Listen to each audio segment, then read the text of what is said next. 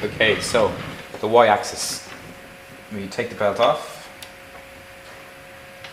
Okay. And we remove the lock nuts.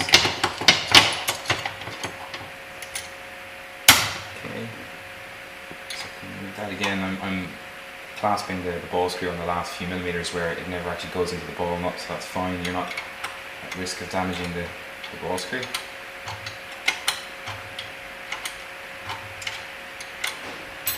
Okay, so remove that one, and then we carefully use the right Allen key, and we remove the grub screw. Off comes the pulley, and off comes the bearing. And we do the same on this side.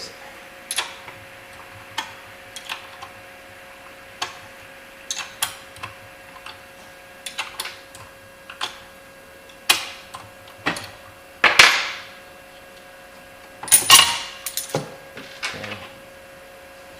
And we remove that grub screw.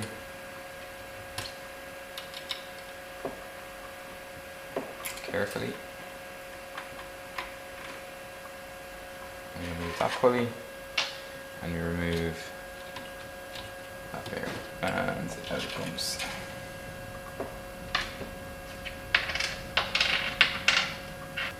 Okay, so we're going to remove the front plate.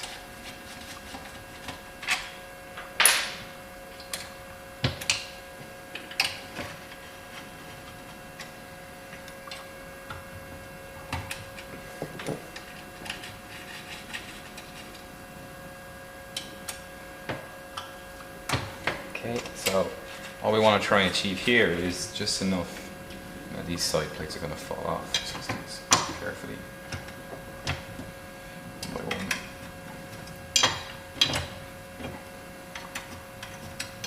So remove your side plates.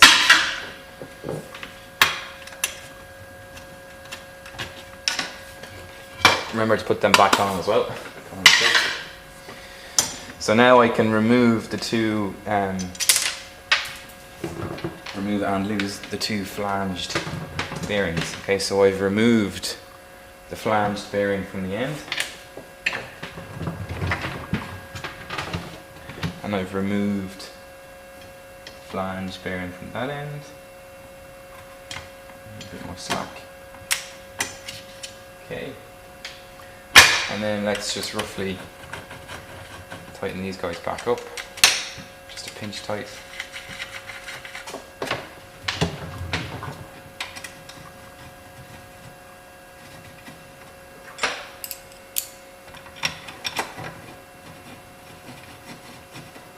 Okay, so now what we can do is we can push the y-axis forwards. Okay, it's just that we can have the ball screws protruding out the front, and now I can hopefully take out a bit crude there, but it just come out. Bearing. And the same thing this side, out comes the bearing. Okay, so now all I have with my y-axis is the rollers, okay, because the ball screws are no longer seated in the bearings. Okay, so I can feel, I know there's a bit of rub there on the screws, but I can feel how the friction is contributing here in the rollers. Okay, so what I'm checking here is I'm checking, are they secure, is there any play? They're nice and solid. But I'm also checking, is it offering up any resistance? Okay, so if you want to get really pedantic, what we can do is we can take off this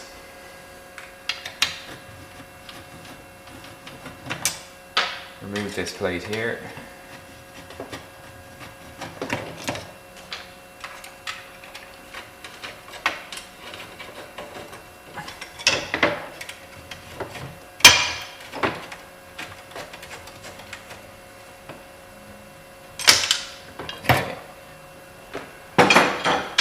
So now I have the only source of friction is the rollers in the channels.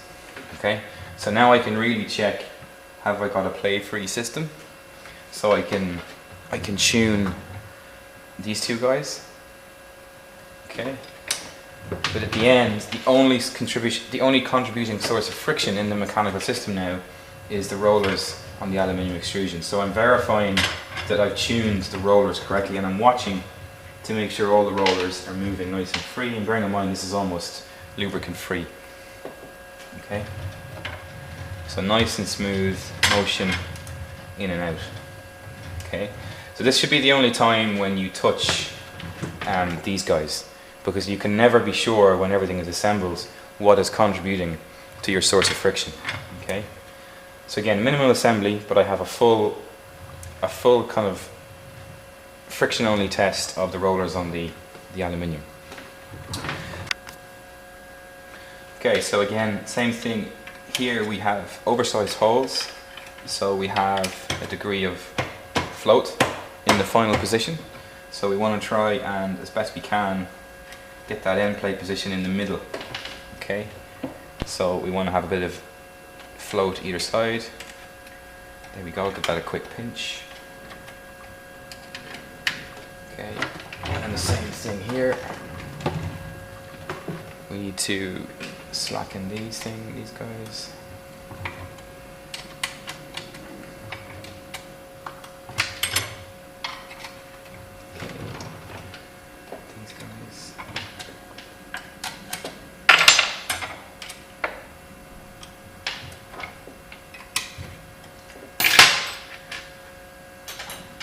We also want to make sure these two M5s are also loose, which they are. Okay, so you see you've got the same mechanical float in the end of these guys. So same thing here, we've got the same float on the end of these guys. So we try and get it so that it's in the middle. Again, this is not the most scientific way. You can be a lot more careful. It just illustrates the process. Pinch tight. Same thing here, we stick it roughly in the middle, and we go pinch tight. Okay. Okay, so in the same way we tune the x-axis, we do the same thing now with the y-axis. Okay, so I want to make sure that I get a nice symmetrical rock that's just sitting slightly low.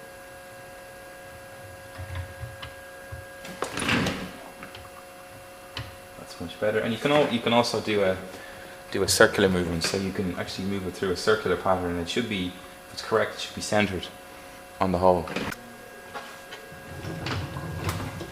So we bring it forward, we fit the thrust washers this side.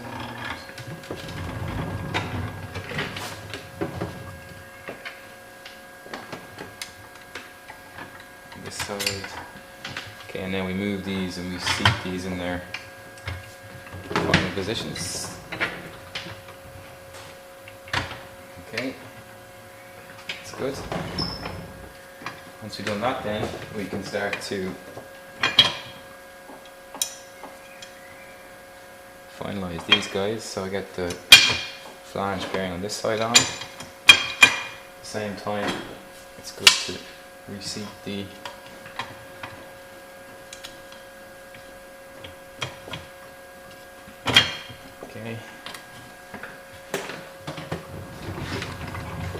same thing on this side.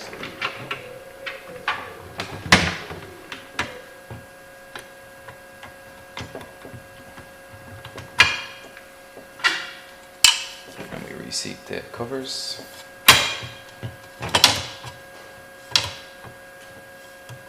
Okay. So again, I can tighten these guys back up.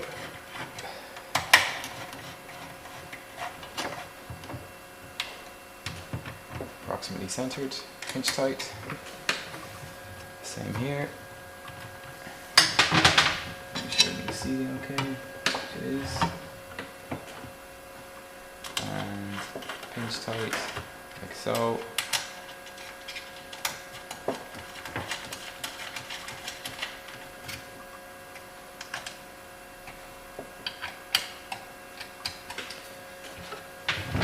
So now the only source of friction is still only the brass rollers and the aluminium. Now we're going to introduce the next source of friction or tightness in the y-axis, which is the end bearings. So we have the two flange bearings on the inside, and now we're just going to sit the two flange bearings on the outside. Okay, now really important, we use these little washers.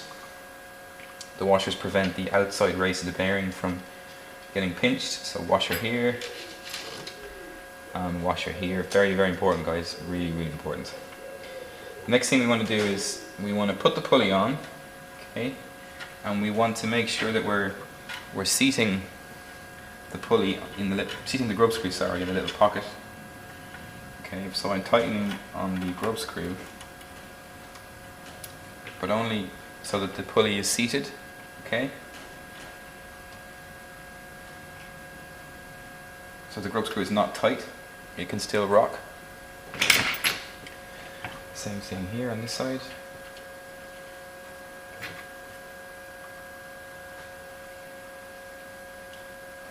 Okay, so it's just sitting in the hole, but it's rocking, okay? It's not actually tight. And then we roll on our lock nuts.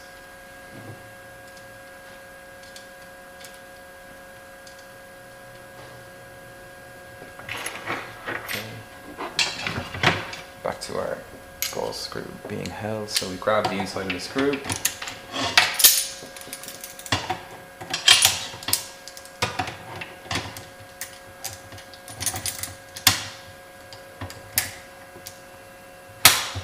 Okay, and we start to tighten.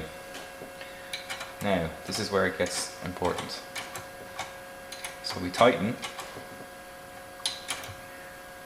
and what we want is, we don't want any backlash in this direction. So we don't want any, at the moment there's movement between the bearings and the pulley. Okay, so what we do is we keep tightening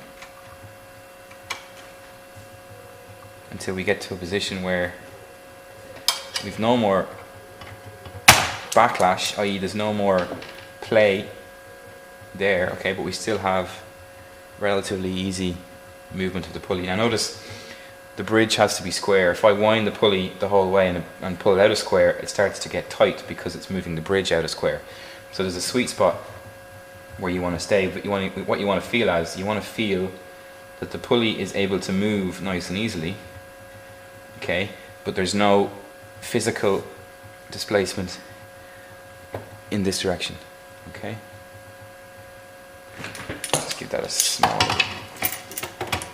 small little pinch.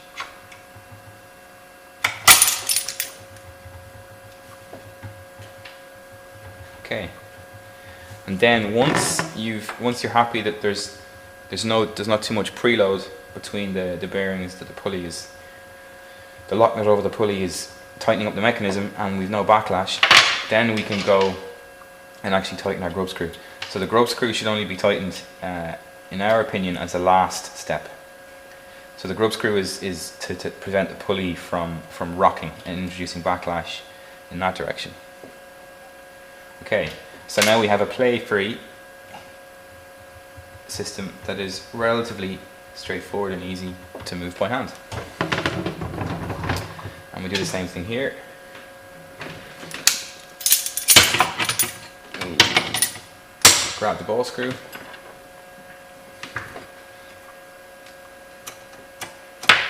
And we tighten it up.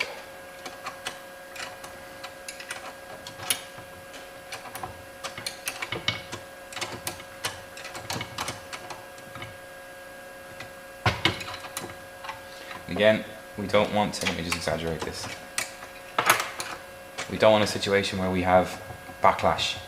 So you see the whole bearing system is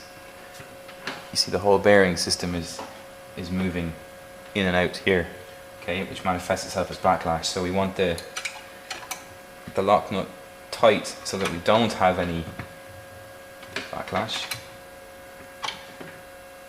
Okay. No backlash in the direction of motion, but we still have a free and easy ball screw mechanism.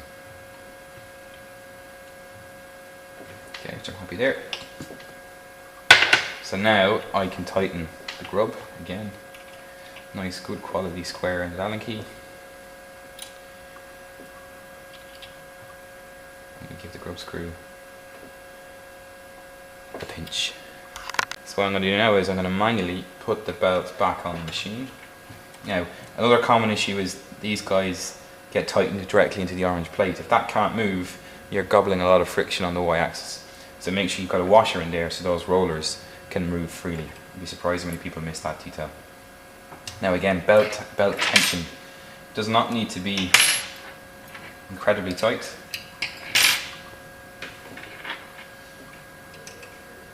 I'm going to find the right Allen key here. Here we go.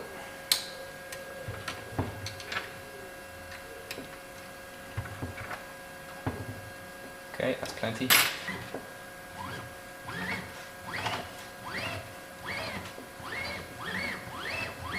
Okay, so you're feeling any tightness or extra friction? Okay. So I can feel it just starting to bind a bit towards the end. So if we slacken these guys,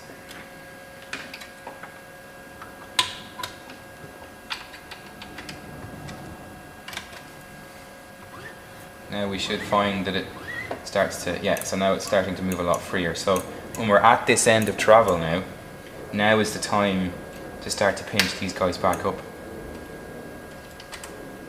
Okay.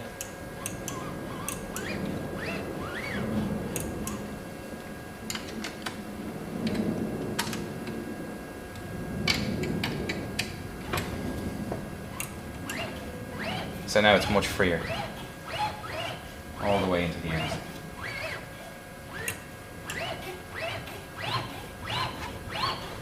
So now I'm going all the way down to the far side, and I'm going to do the same process. So I'm going to slacken these.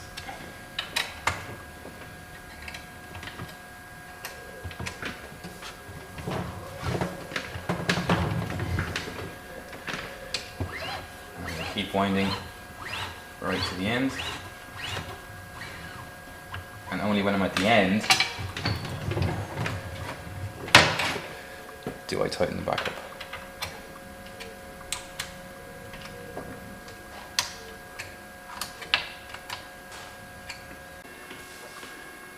Okay, so we've got power to the machine, we've got 2 green lights on, so our e-stop is wired and released. I've used an LPT cable to connect to the back of the machine, and I'm connecting the UC100 module to the LPT cable. Good idea because you protect the micro USB connection. And now I'm ready to fire up my STONEYCNC and start testing. So I'm going to fire up my STEPCRAFT profile. We should get a blue light on our module, which we do. Reset the STONEYCNC and we can do a few quick checks. So if we go into diagnostics, if I click on my limit switch, I can see the X, Y and the Z axes, the limits and the home switch is clicking. Okay, so this is a good way to test if your limits are working. You should be able to click the X, the Y and the Z limit and see that. So for example, if the limits were on, you would not be able to reset because you can see here clearly something is pressed in your system, but if you release it, it will reset fine. Okay, so now I'm back in my run screen. I can start to move my X. Okay, so for the Y-axis configuration, Y-axis is currently set at 4,200, so let's see how that works. Okay, that's moving pretty free.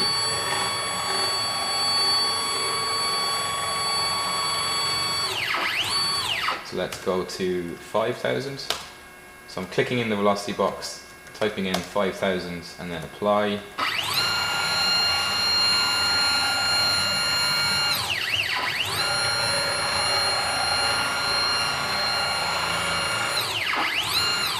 Okay, we're at 5,500 millimeters per minute.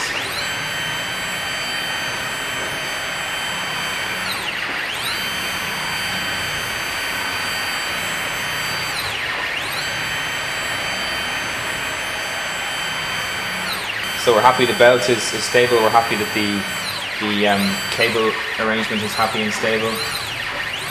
So I'm probably at just about the top end of what's achievable, so I expect if I go to 6, we should start to see loss of stability. Yeah, so just 5,500 is the best this particular machine is going to get. Occasionally we do get 6, but again, this is more than enough. Bring it back down to 5.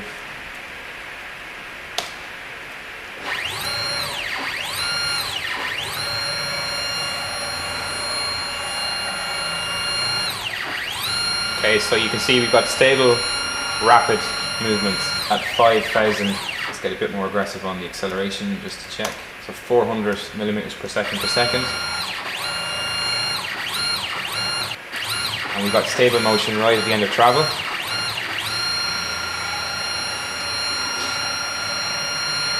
And we've got stable motion here at the end of travel.